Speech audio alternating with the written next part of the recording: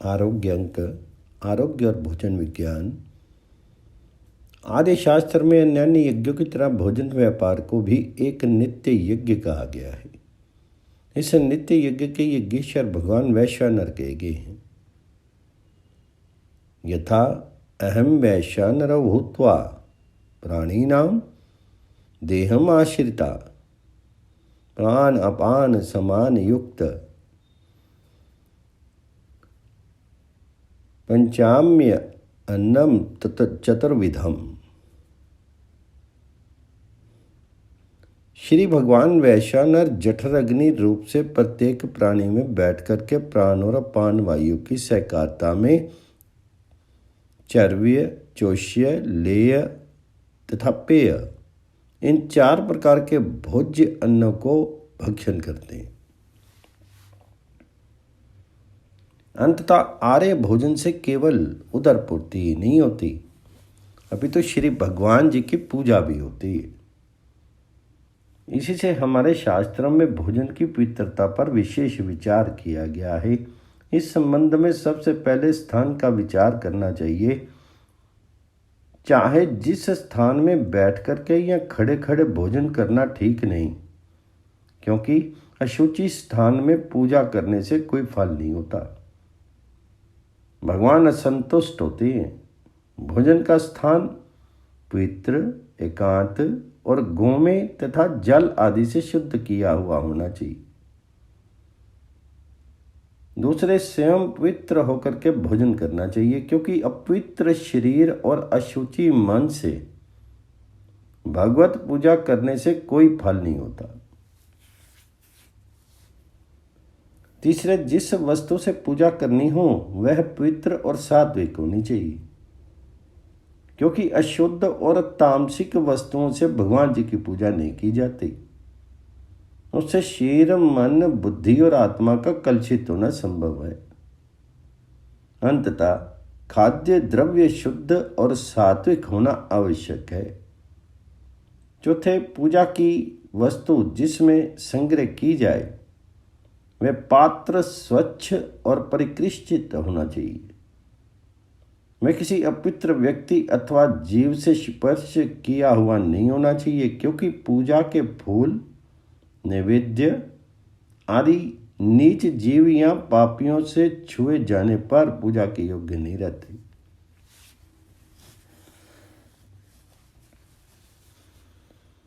इसी से पापी या नीच जीवों का अन्न ग्रहण करना निषिद्ध है। यही नहीं, उनका छुआ हुआ अन्न भी ग्रहण नहीं करना चाहिए। इसी कारण हमारे प्राचीन ऋषियों ने आहार पर बहुत विचार करके आहार संबंधी नाना प्रकार के आचारों का निर्णय किया है। भोजन के विषय में भगवान मनु ने लिखा है, आयुष्यम प्रांगमुखो भुक्तिं यशस्य दक्षिणा मुखा। आयु चाहने वाले को पूर्व मुख और यश चाहने वाले को दक्षिण मुख भोजन करना चाहिए। पूर्व दिशा से प्राण और शक्ति का उदय होता है। प्राण स्वरूप सूर्य देव पूरे से ही उदित होते हैं। इस कारण पूर्व अभिमुख होकर के भोजन करने से आयु का बढ़ना स्वाभाविक है। इस विषय में पश्चिमी पंडितों ने भी अन्वेषण किया है।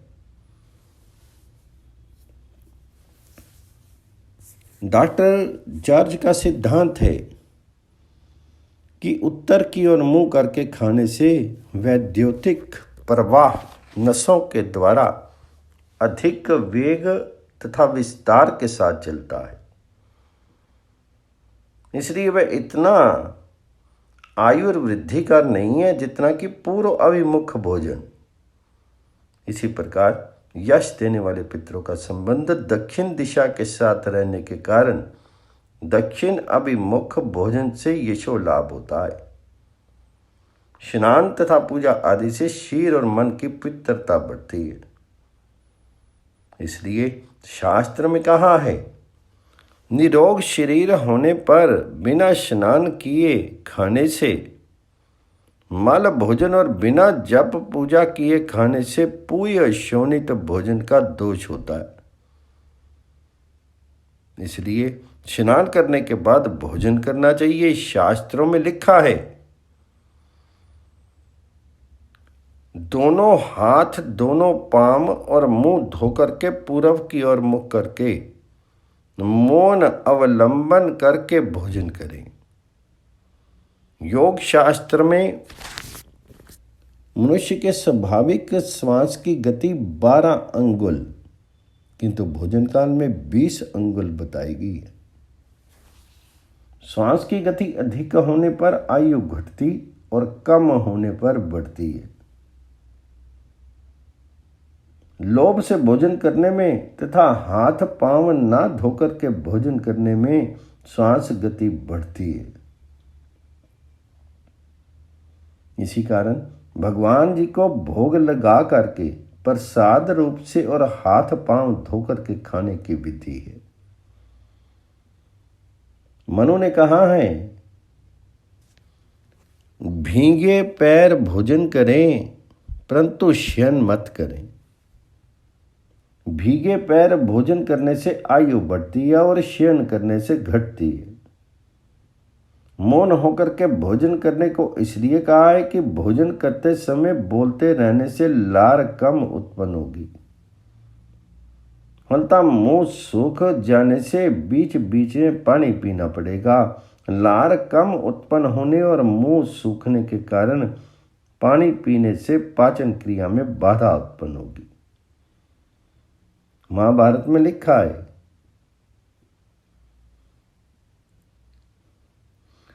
एक वस्त्रों न भुंजीत, केवल एक वस्त्र धारण करके भोजन मत करें।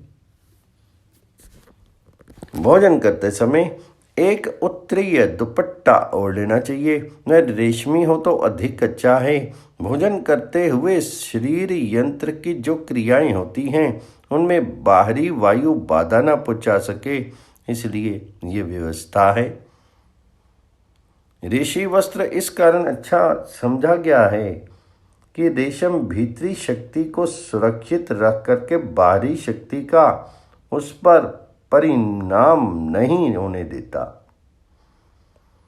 इस प्रकार पवित्र भाव से भोजन करना चाहिए। स्नान करने के पश्चात ही भोजन करना उचित है, क्योंकि भगवत पूजा बिना स्नान किए नहीं की जाती और पूजा किए बिना भोजन करना निषिद्ध है। शीर अस्वस्थ रहने पर गीले कपड़े से शीर पोंछ करके वस्त्र बदल लें और भस्म स्नान अथवा मानसिक स्नान कर लें। मानसिक स्नान श्री विष्णु भगवान जी का स्मरण करके स्वर्ग से गंगा की धारा आई और उसमें स्नान करके मैं पवित्र हुआ, ऐसा दृढ़ भावना करने से होता है। भस्म स्नान शिव मंत्र से अग्निहोत्र की विभूति को अभिमंत्रित करके देह में लगाने से होता है। भोजन के पहले भोज्य पदार्थों का भगवान जी को नैवेद्य दिखा करके तब प्रसाद समझ करके भोजन करें। प्रसाद रूप से भोज्य पदार्थों का सेवन करने से अन्न में अनुचित आसक्ति नहीं रहेगी, जबकि संसार की सब वस्तुएं भगवान जी की उत्पन्न की हुई हैं। तब उन्हें पका करके भगवान जी को बिना अर्पण किए खाने से निसंदेह पाप होता।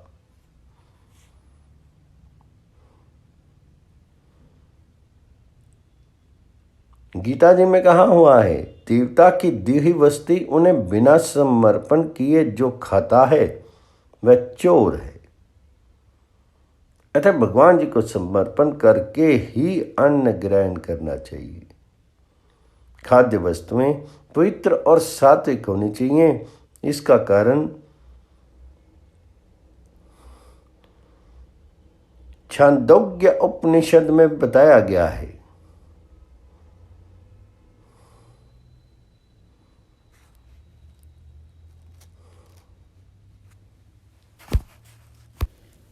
अनंक्षितम त्रेधा विधीयते तस्य या स्थविष्टो धातो तत्पुरुषम भवति यो मध्यम स्तम तन्मा सम यो अनिष्ट तन्मना ददग्न सौम्य मध्यमानस्य यो अनिमा स उधर्व समिदिष्टि तत् सर्पीर भवति एवं खलु सौम्य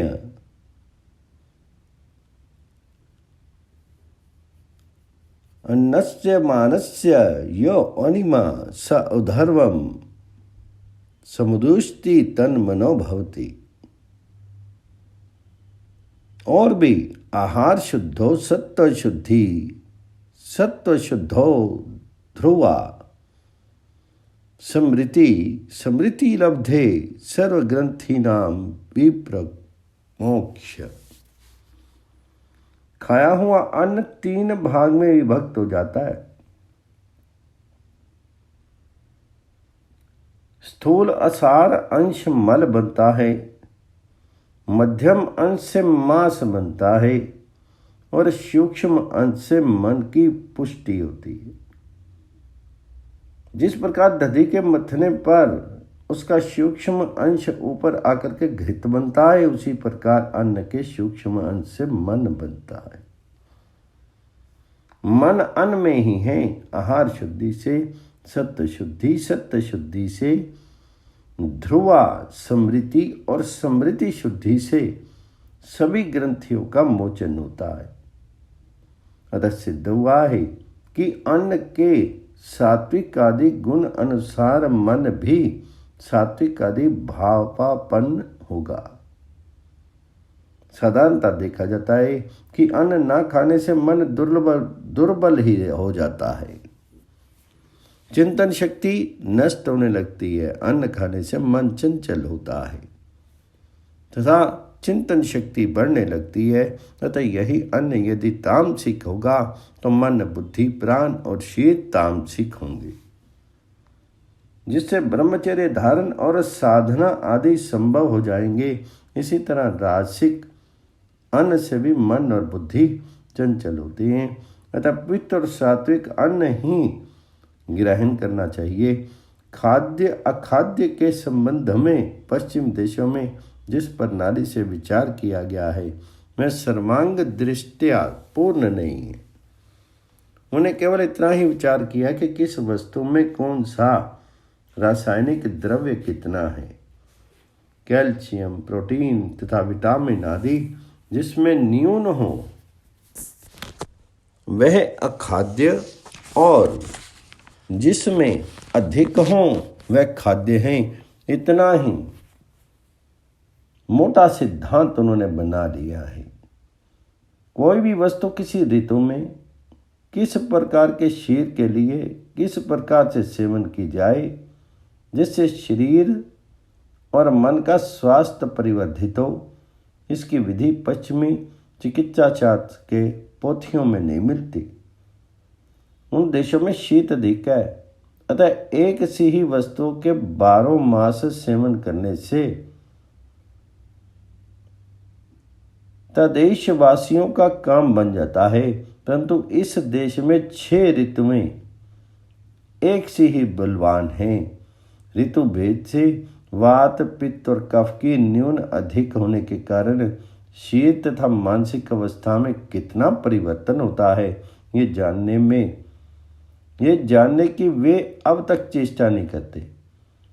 दूसरे पश्चिम देशों की यह निर्णय विधि बड़ी ही जटिल है। वहाँ के प्रसिद्ध विद्वान भी खाद्य के संबंध में अभी एक मत नहीं है। तीसरे उदर में जाकर के इन सब खाद्य द्रव्यों का किस प्रकार विश्लेषण होता है और उससे क्षीर पोषणकारी कौन से गुण उत्पन्न होते हैं, साधारण रासायनिक विश्लेषण द्वारा उसका निरूपण नहीं हो सकता। चौथे, इस देश के खाद्य द्रव्यों के साथ उस देश के खाद्य द्रव्यों के गुण अवगुण का निर्णय नहीं हो सकता। सबसे बढ़कर के बात यह है कि खाद्य द्रव्यों के साथ मन का क्या संबंध है, सो पश्चिम लोग नहीं जानते। अतः हमारे देश के खाद्य का विचार हमारी शास्त्रीय विधियों के अनुसार ही होना चाहिए। उस समय किसी खाद्य वस्तु में चाहे कितना ही विटामिन हो या उसके परिणाम द्वारा शरीर में या मन में विषय भाव तम गुण आदि बढ़ेंगे तो वह अवश्य ही वर्जित मानी जाएगी। भगवान श्री कृष्ण ने सात्विक, रासिक और तामसिक भेद से खाद्य पदार्थों को 3 भागों में विभक्त किया है। सरस, स्निग्ध, सारसवान और हृदयग्राही आहार सात्विक होता है। अधिक कटु, अम्ल, लवण, उष्ण, तीक्ष्ण, रुक्ष और विदाही अर्थात जलन उत्पन्न करने वाला चरपरा आहार राजसिक है और बासी, रसहीन, दुर्गंध युक्त, जूठा और अपवित्र आहार तामसिक है। सात्विक आहार से आयु, बल, उत्साह, आरोग्य, सुख और प्रीति की वृद्धि होती है और चित्त में सत्य गुण की वृद्धि और आध्यात्मिक उन्नति भी होती है। रासिक आहार से दुख, शोक और रोग उत्पन्न होते हैं और तामसिक आहार से जड़ता, अज्ञान, कुरोग और पशु भाव बढ़ता है। अतः रासिक और तामसिक खाद्य द्रव्यों का परित्याग करके सात्विक आहार करना चाहिए। इसी कारण अर्थशास्त्र में प्याज तथा लहसुन आदि रासिक और तामसिक वस्तुओं का भोजन करना निषिद्ध है। लहसुन, गाजर, प्याज, कुकरमुता तथा विष्टा आदि अपवित्र वस्तु से उत्पन्न शाक आदि दी जातियों के लिए सर्वभक्ष्य हैं। इन वस्तुओं के खाने से मन, बुद्धि, शरीर, प्राण, आत्मा सभी मलिन हो जाते हैं और ब्रह्मचर्य नाश, पशु भाववृत्ति, काम वृद्धि, चित्त चांचल्यता आदि उत्पन्न होकर के आध्यात्मिक उन्नति का मार्ग एकाएक बंद हो जाता है। यह डॉक्टरी विज्ञान सम्मत है कि स्पर्श से एक के शरीर से दूसरे के शरीर में रोग संक्रमित होते हैं। मिस हेलन ने यंत्र के द्वारा स्पष्ट प्रमाणिक कर दिखाया है कि हाथ के साथ हाथ का स्पर्श होने पर भी रोग के बीज एक दूसरे में चले जाते हैं। केवल रोग ही नहीं, स्पर्श से शारीरिक और मानसिक वृत्तियों में हेर फेर भी हो जाता है।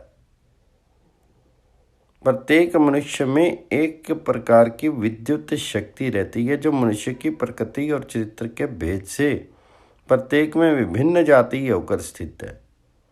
तामसिकों में तमोमयी, राजसिकों में रजोमयी और सात्विकों में सत्यमयी विद्युत विराजमान है। अंततः जिस वृत्ति के लोगों के साथ रहा जाए, जिस वृत्ति के लोगों का छुआ या दिया अन्न सेवन किया जाए, उसी प्रकार की वृत्ति सहवासियों अथवा अन्न ग्रहण करने वालों में संक्रमित होगी। भिन्न भिन्न प्रकार की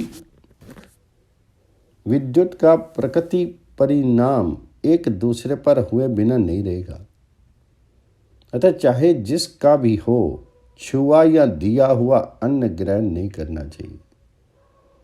हिंदू शास्त्रों में नीच, अपवित्र, पापी, चंडाल आदि का छुआ अन्न ग्रहण करने का निषेध है तथा ब्राह्मण, क्षत्रिय, वैश्य और शूद्र को अलग अलग पंक्तियों में बैठ करके भोजन करने की जो आज्ञा है, इसका कारण भी यही है कि प्रत्येक वर्ण की विद्युत प्रकृति जन्म से ही विभिन्न प्रकार की होती है और उसका अन्य प्रकृति में संक्रमण होना संभाविक है। अपने से निम्न श्रेणी के लोगों के साथ बैठ करके भोजन करने से अपनी उच्च गुण विशिष्ट विद्युत मलिन हो जाती है अथवा नाना जाति की बिजली के विपरीत संघर्ष से किसी का भी भोजन परिपक्व नहीं हो पाता। भोजन के समय इन नियमों का पालन करना आवश्यक है। एक वर्ण में पंक्ति भोजन के समय ये भी नियम अवश्य रखना चाहिए कि जितने व्यक्ति एक साथ बैठे सभी भोजन का प्रारंभ तथा समाप्ति एक ही साथ करें, क्योंकि पंक्ति में भोजन के समय सबके शारीरिक यंत्र में क्रिया विशेष होने से तथा एक साथ बैठने के कारण सभी के भीतर एक वैद्युतिक श्रृंखला बन जाती है।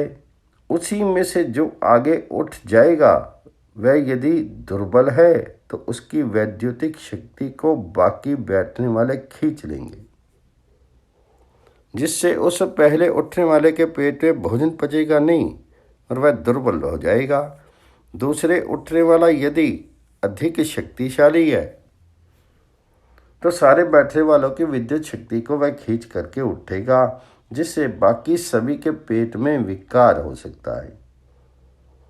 अतः पंक्ति भोजन में साथ ही बैठने उठने का नियम अवश्य रखना चाहिए, और यदि किसी से अन्न लेना हो तो सत्पात्र देख करके उससे लेना चाहिए, क्योंकि पापियों का अन्न ग्रहण करने से उसका पाप अपने में भी संक्रमित होगा।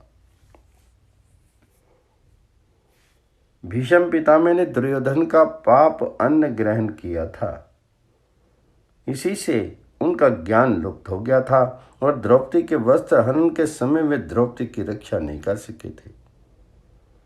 जब इतने बड़े महात्मा की भी पाप अन्न के ग्रहण करने से बुद्धि पलटती है तो साधारण जीवों की तो बात क्या है।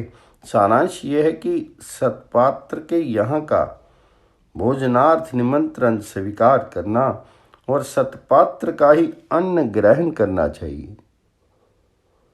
भोजन में स्पर्श दोष की तरह दृष्टि दोष के गुण का भी विचार आर्य शास्त्र में किया गया है।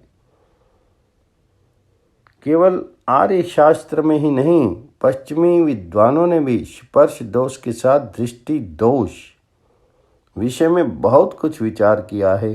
प्रसिद्ध विज्ञानविद फ्लामेरियन साहब कहते हैं, वह कौन व्यक्ति है, कौन शक्ति है जो हाथ की नसों के द्वारा उंगलियों के अंत तक चली जाती है। इसी को वैज्ञानिकरण आकाशी शक्ति कहते हैं। वह मस्तिष्क से प्रारंभ होती है, मनोवृत्तियों के साथ जा मिलती है और स्नायु पथ से प्रवाहित होकर के हाथ, आंख और पांव की एड़ी तक पहुंचती है। इन तीनों के ही द्वारा दूसरों पर ये अपना प्रभाव दिखाती है, किंतु इसका सबसे अधिक प्रभाव हाथ की उंगलियों द्वारा ही प्रकट होता है। अब आर्य शास्त्रीय विचार कहते हैं, पिता, माता, सहद, वैद्य, पुण्यात्मा, हंस, मयूर, सारस और चकवे की दृष्टि भोजन में उत्तम है। इनकी दृष्टि पड़ने से अन्न का दोष दूर हो जाता है। चकवे के विषय में मत्स्य पुराण में लिखा है कि चक्रोस्य वृज्यते नयने विष दर्शनात्। अन्न में विष आदि दोष रहने पर चकवे आंखें मूंद लेते हैं, जिससे विषाक्त अन्न का पता लग जाता है।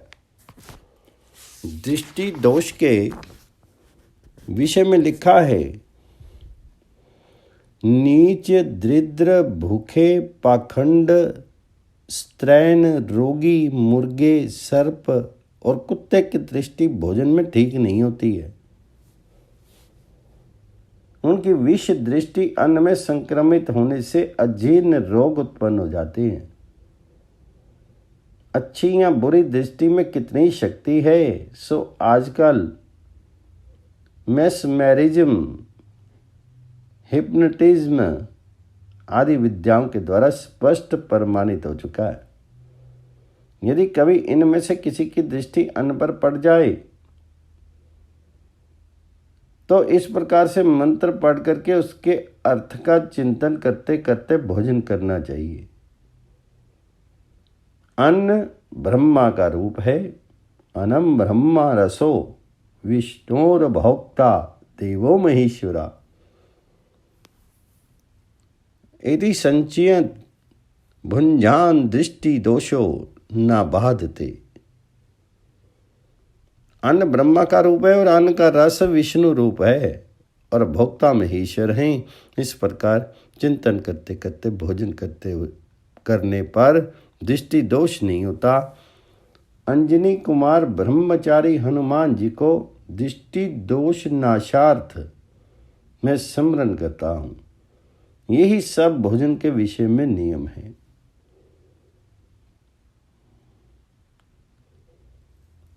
अंजनी गर्भ संभूतम कुमारम ब्रह्मचारिणम दृष्टि दोष विनाशाय हनुमंतम समरमेहम। दिन में एक बार भी भोजन करना चाहिए। आप स्तंभ में लिखा है कि दीवा पुनर्न भुंजीत न अन्यत्र फल मूल्यो। तत्पश्चात ये कि दिन में एक ही बार भोजन करना चाहिए, परंतु शुदा बहुत होने पर फल मूल आदि का आहार कर सकते हैं, किंतु वस्तुओं में माथा लपेट करके और जूता पहन करके भोजन करना उचित नहीं है। किसी वस्तु से माथा लपेट करके तथा शास्त्र ने सिद्ध दिशा की ओर मुख करके और जूता पहन करके खाना आसुरी प्रकृति का लक्षण है। रात्रि में हल्का भोजन करना चाहिए, क्योंकि निद्रावस्था में स्त्रैय शक्ति दुर्बल रहती है। उस समय गंभीर भोजन का परिपाक ठीक नहीं होता। दिन या रात्रि का भोजन ऐसा ना हो जिसमें खूब चरपरे मसाले पड़े हों और जो आसानी से पच नहीं सके। ना पचने वाले भोजन करने से शरीर और मन दोनों बिगड़ते हैं। अतः सहज में पचने वाले हल्के पदार्थ ही खाए जाएं। संध्या के समय भोजन ना करें, क्योंकि संध्या के समय भूत प्रेतों की दृष्टि अन्न पर रहती है। उनकी अन्न पर आसक्ति रहने से उस समय अन्न ग्रहण करने वालों के अन्न परिपाक में संदेह रहता है। इसी तरह अधिक रात बीत जाने पर भी भोजन ना करें, क्योंकि भोजनोत्तर कम से कम 2 घंटे जाग करके तब सोना चाहिए। ऐसा ना करने से अन्न नहीं पचेगा। अन्न के ना पचने से गाढ़ निद्रा नहीं लगेगी। अच्छी नींद ना आने से नाना प्रकार के स्वप्न दिख पड़ेंगे और निद्रा भंग हो जाएगी, जिससे स्वास्थ्य ठीक नहीं रहेगा। भोजन कर लेने के कुछ समय पश्चात जल पीना चाहिए। वह स्वच्छ, लघु, शीतल, सुगंधित, स्वयं स्वादहीन, हृदय और तृणावरक तृष्णा निवारक हो। जल के विषय में महर्षि यम ने कहा है, दिन में सूर्य किरण, रात्रि को चंद्र किरण और संध्याओं में दोनों किरणों से संस्पृष्ट जल ही उत्तम है। जिस जल पर सूर्य किरण नहीं पड़ते अथवा जिस जल को वायु नहीं सोखती, वह अति स्वच्छ रहने पर भी कफ उत्पन्न करता है। उस जल को गर्म करके ठंडा होने पर पिएं। ऐसा जल काश, श्वास, ज्वर, कफ, वात, आम और अजीर्ण का नाश करता है। नारियल का जल मधुर, पाचक और पित्त नाशक होता है। लाल नारियल के जल में केवल पित्त शमन का ही गुण है।